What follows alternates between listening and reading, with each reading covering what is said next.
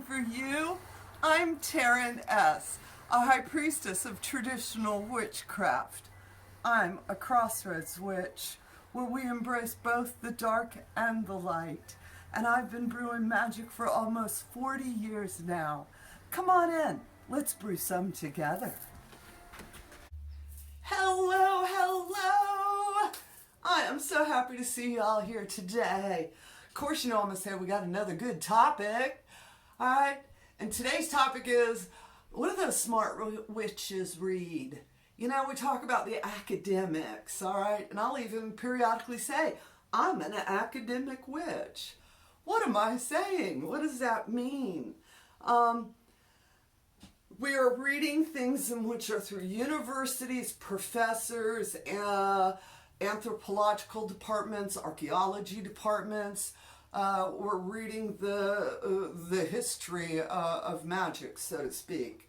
And I was recently asked the books that I read, so I'm going to give you my academic smarty witch books that I think you should read.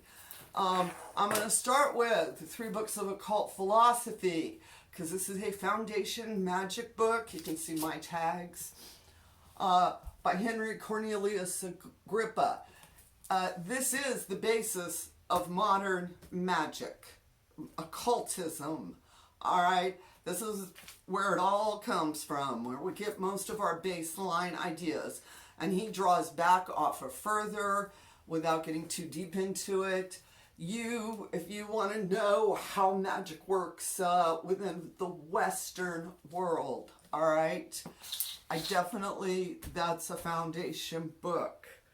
All right, and let me get my glasses on. I'm going to say, in reference to modern paganism, neo-paganism, modern witchcraft, even traditional witchcraft, even like within the House of Witchcraft, we are a lineage initiated line. We are conjuring witches. Our line's 100 years old, documented. We have the names. But we're still modern, all right? We don't go back thousands of years. We don't try to tell some of those neo-pagan mythos. And if you want to understand modern witches, how do we come about? How we are actually a creation of Victorian poetry. All right? The modern aesthetic, the way we view a witch today, is actually a creation of the romanticism of the Victorian era, when they were romanticizing the Middle Ages, and that's where you have the knight in shining armor. They started romanticizing the witches, and this is the pretty witch, and the goddess Circe and her maidens. Ronald Hutton, Triumph of the Moon. All right, and Ronald is one of those super smarty pants, Oxford department head professors, researchers type guys, and which is deemed today to be the premier authority on modern witchcraft. His book, great book, slow reading, all right? And then his students, because Ronald's been doing this a while, have recently, and I am, just as you can see with mine, reading it right now, Magic and Witchery in the Modern West, celebrating the 20th anniversary of Triumph of the Moon. This sort of picks up where Triumph left off, talking about further how we in the Western world, and how the witchcraft, the modernism, and the different traditions, because within the witchcraft realm, I'd say there's, we have the neo-pagans, the Wiccans, and then we have the folkloric, the traditionalist, and how these two lines came about, how they intersect, come back and forth, how they occasionally bitch at each other over it, and don't fall for that trap. All right, remember, all paths are valid, all right? Ain't nobody doing it the right way, okay? The right way is your way.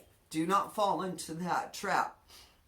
Another one, good, when I say university press, what it is they're typically put out by Oxford. I think I have one that's South Carolina University Press. These are a lot of times dissertations or doctoral research, and then these books are published through the university. They're used as textbooks. Some of them are quite expensive, and I have found I wait, and eventually after the following year some student will sell me the book for $35, as opposed to paying $150 for it. But these are the actual historical studies of witchcraft and magic. And this one I just finished is The Realities of Witchcraft and Popular Magic in Early Modern Europe, Culture and Everyday Life by Edward Beaver. And another heavy read. This one really gets into that beginning points, the early modern Europe part, where, because Germany plays a very heavy role at that time period with the witchcraft. They sort of are the ones that plant the seeds for what later becomes what we refer to as the burning times. Now, bringing up to modern day contemporary paganism. And I really like her book, Barbara Jane Davy, Introduction to Pagan Studies. This is an academic witchy 101 book, basically, all right? But it's really good with discussing how our community has developed, interacted, and this book, I would say this is a great book. Another book, and this is an American study. Graham Harvey actually got involved in the pagan community for quite a while, and how it's happening now. What are we doing? Contemporary paganism. Now, he was part of the neo-pagan community, so he didn't get into the Conjuring. That's a whole other side of it, you know. And the Conjuring community, if you're wanting to look at your base, I don't have a copy because it's almost impossible, is the Middleton Journals, and which is Henry Hyatt Middleton, where he was able to document a lot of the Conjuring beliefs and which were going on during the turn of the century, the 1900s.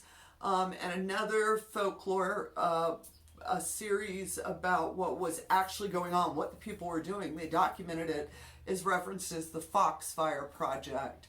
There are several volumes. I have the first 5. I love them. They are full of Appalachian folk magic. I'm going to write all of what I just said down, so that way you can go look at these titles, look at them yourselves, all right? And of course, I want to hear your Smarty Pants book, all right? When we discuss academic level books on witchcraft and magic, what is that versus one of the mainstream publishers, you know, Modern Witchcraft for Today, and how those two subjects really different and everything. But I'm going to write all of these down for you, which is on my website, houseofwitchcraft.com, so you can go look. And like I said, tell me the books you like and everything. And of course, I also want to tell all you witches, make sure you hit that notify button down there, because I've had some folks tell me that they're not getting that I posted a video up. So not only hit subscribe, but hit notify, because I post 2 to 3 videos a week. Y'all know that, all right? And of course, I want you to go subscribe to our newsletter at houseofwitchcraft.com. And of course, I want you to press that join button on YouTube for membership and help support the House of Witchcraft, all we have going on. And we have a lot of things in which this year we're getting ready to roll out. I know I keep saying that, but the technicalities on the back end, it takes a little while to build things, is what I'm saying, folks. And I want it done right. I'm not trying to build and see how many people can join and how much money I can make and how many people I can say are members. That's not what I'm about. I'm trying to make sure that the folks that are leaning in, asking the right questions, are getting answered. All right? Okay? Because I know a lot of folks come into our community thinking that we can fix things. And I want y'all to know, I cannot fix your problems. All right? First of all, I don't do magic for clients anymore. Do not inquire to me. I do not do magic for other folks. I teach folks how to do magic for themselves, all right? I spent 20 years trying to clean up folks' problems, watched them make new problems while I'm cleaning up their old problems. And I'm like, I ain't doing it no more, all right? I will teach, and I want my channel here on YouTube. You know that I put all sorts of good, solid information out. I want my houseofwitchcraft.com, my website, to be a reflection of that. I want to expand it so that those of you that are leaning in, those of you that are asking me the right questions, I got the resources available for y'all, okay? Because I understand that, you know, we're just a link.